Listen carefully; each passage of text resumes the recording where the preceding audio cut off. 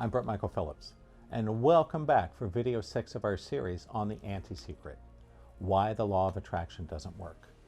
Today we're going to get into reason obstacle number 6, something totally ignored by the secret and most law of attraction programs. And without it, you're dead in the water. What is it? It is the law of exchange. Quite simply, if you do not provide exchange, nothing will happen. And this is not just a good idea, this is a law of the universe. One of the problems we have with the typical law of attraction mind power programs is, of course, in the videos you've seen, right? Subconscious blocks, attachment to result, lack of clarity, linear thinking, lack of a theta state, but also lack of exchange. Quite simply, you will give less value to something you have not provided exchange for. As a great example of this law of exchange, I've been a full-time professional energy healing practitioner and spiritual coach for about 20 years as at the time I make this video. And every time I raise my rates, I start getting better results. Why is that? It's simple. It's the law of exchange. The more you provide in exchange for something, the more impactful and meaningful it will be in your life. Another great example of this, my late mentor Carl.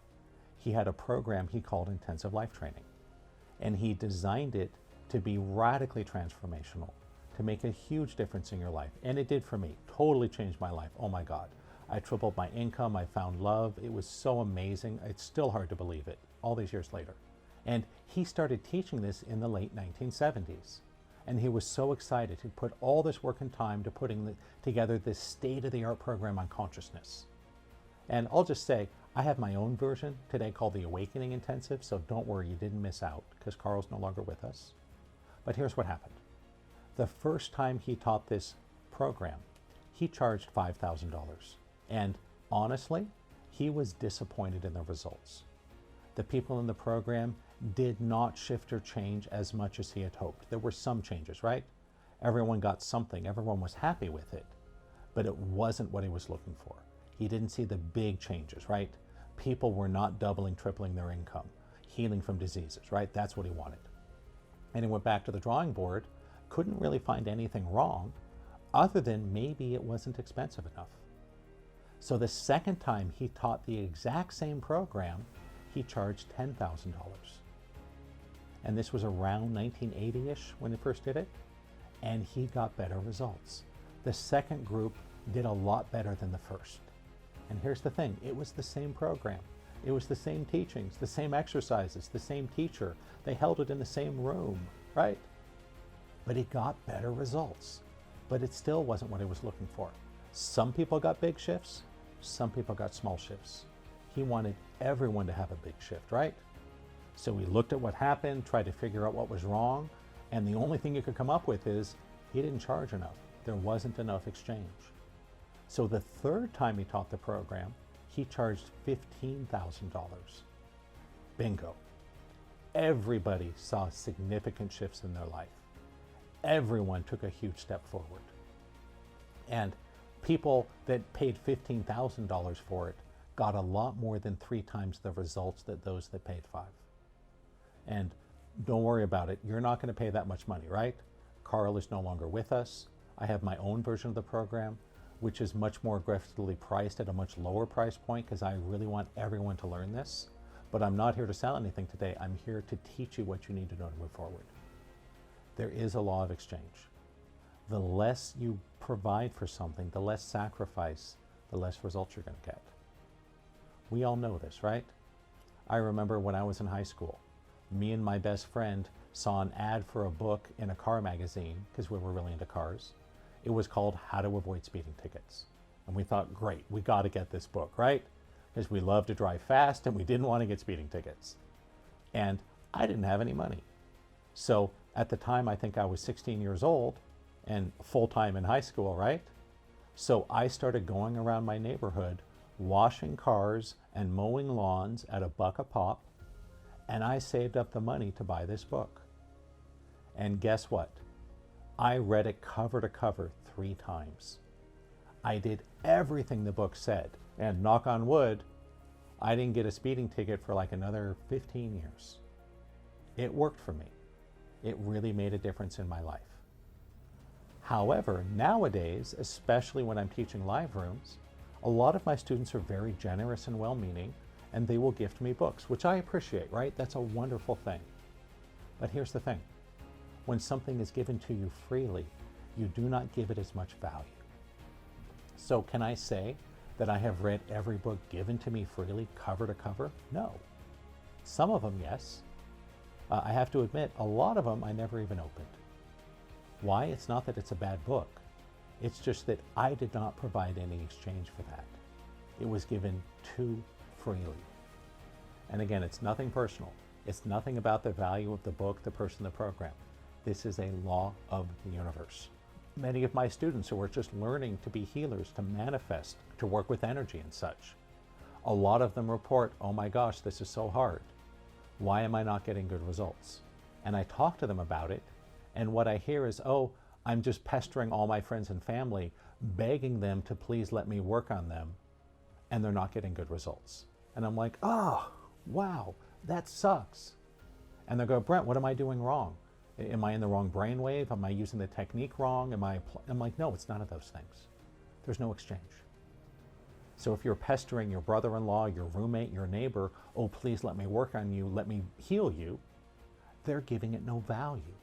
They actually think they're doing you a favor by letting you work on them, right? So there's no exchange. If you're new to this, please know, or if you're experienced as a healer, a coach, you must demand exchange. If there's no exchange, the people you work with will not get good results. I'm not saying it's zero. You'll have some people that will shift, right? It's worth trying, but your success rate will be very low. And it doesn't mean you have to charge them a lot of money, right?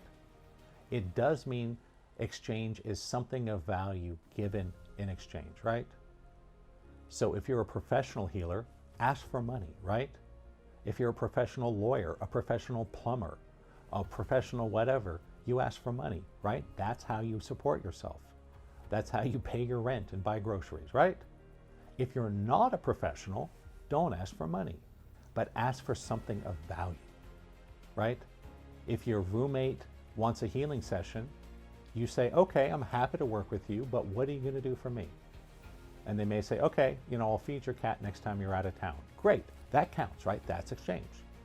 Or they say, hey, you're going to Las Vegas next week, let me give you a ride to the airport. Awesome, that's exchange, right? If you're working with a 5-year-old child and doing healing on them, don't ask the child to give you a ride to the airport, right? They can't drive yet. They probably don't have any money. Ask the child to draw you a picture, right? Or give you a hug.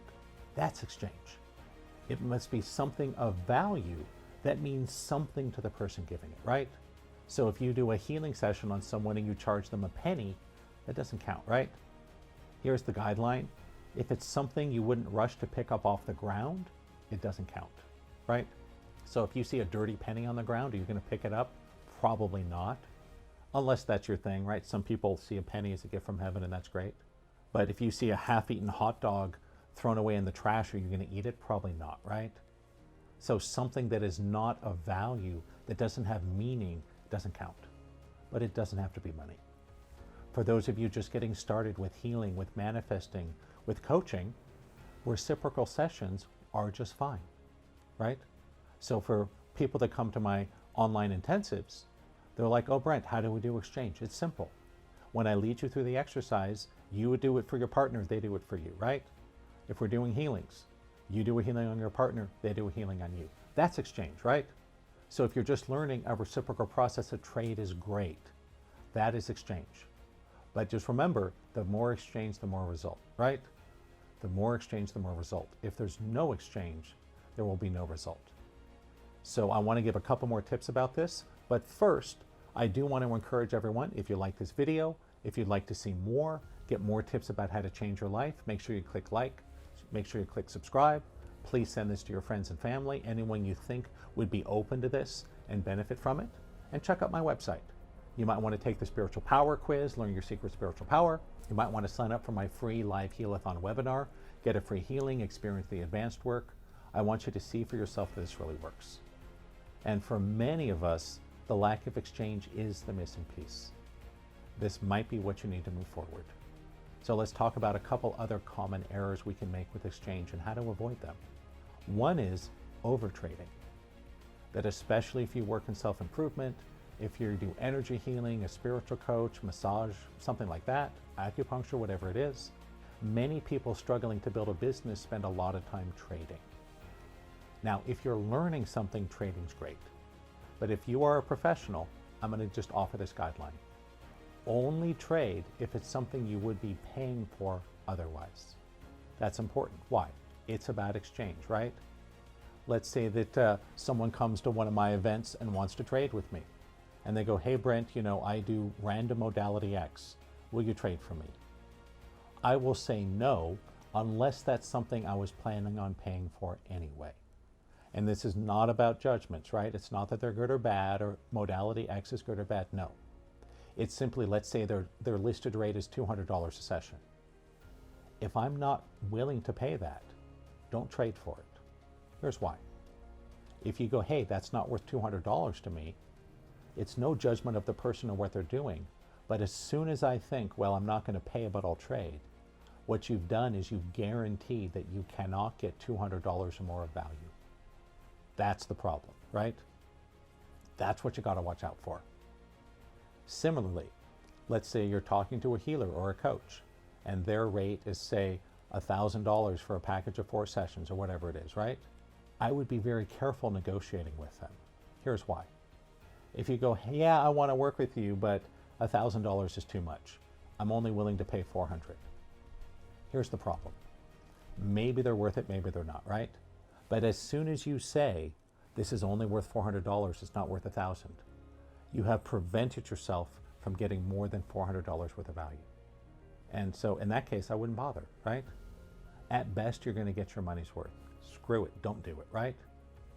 Now, what is okay, if they offer it, if they're having a sale, and you haven't thought it's not worth this, then it's no problem, right?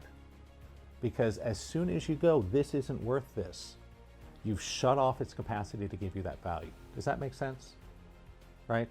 I remember when I first started doing cryptocurrency consultations, I had one of my students say, hey, Brent, I'd like to do one. What's your rate?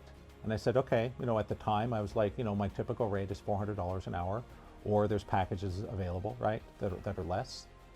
And she said, oh, well, you did a half price sale last year. Can you give me half price? And I said, no. And she said, well, it's not worth that much to me. I'm only going to pay half price. And I cringed because I'm like, oh man, that sucks. Because the act of the arguing devalued the service. Because she said, this is not worth $400 to me. It's only worth $200. And that's okay if that's how you see it. But if that's the case, don't do it. Why? As soon as you think that, you've ensured that you cannot get that value out of it, right? Even though it's crazy. Even though many of the people that do the consultations, just an hour, I can show them some different things about their portfolio and the technologies and trading patterns.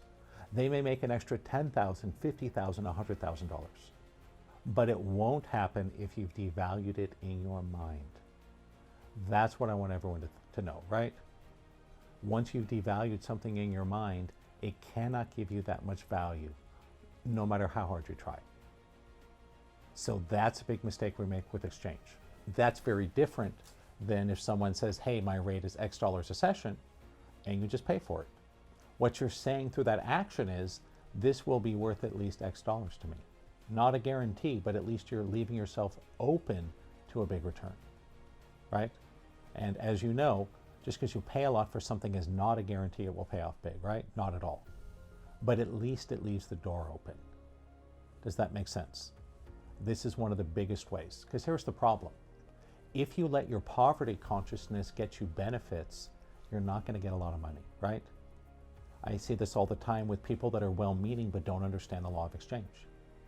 If you say, hey, Brent, I'd like to do your program, but $400 is too expensive, right? I'm only going to give you $50 because I'm poor. Here's the problem. If I give you that session for $50, your subconscious goes, hey, look, if we're poor, we get everything at a huge discount. That's terrible, right? It's not that I don't want to work with you. It's just leveraging your poverty to get discounts and freebies will keep you stuck. This is part of the welfare trap, right? Be careful with that, because the more benefits you get from being poor, the harder it's going to be to make money.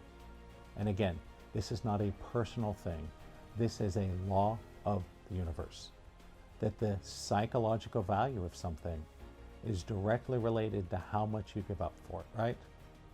If you pay more for the same book, the same program than another person, you will get better results.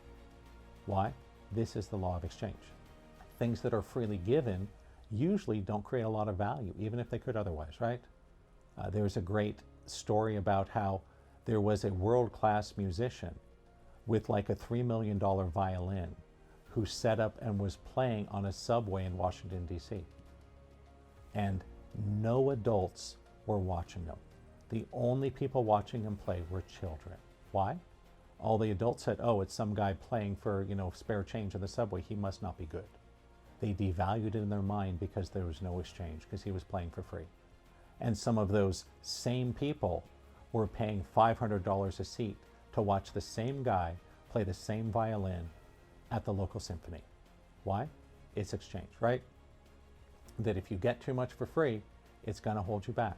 You got to watch out for that, right? Also know with your services, especially if you're a coach, a healer, something like that, this stuff is better marketed by pull rather than push. What does that mean? If you push this on people, they think they're doing you a favor by working with you. That kills the exchange, right? So don't pester your roommate to let you do healing on him. Make him pay for it.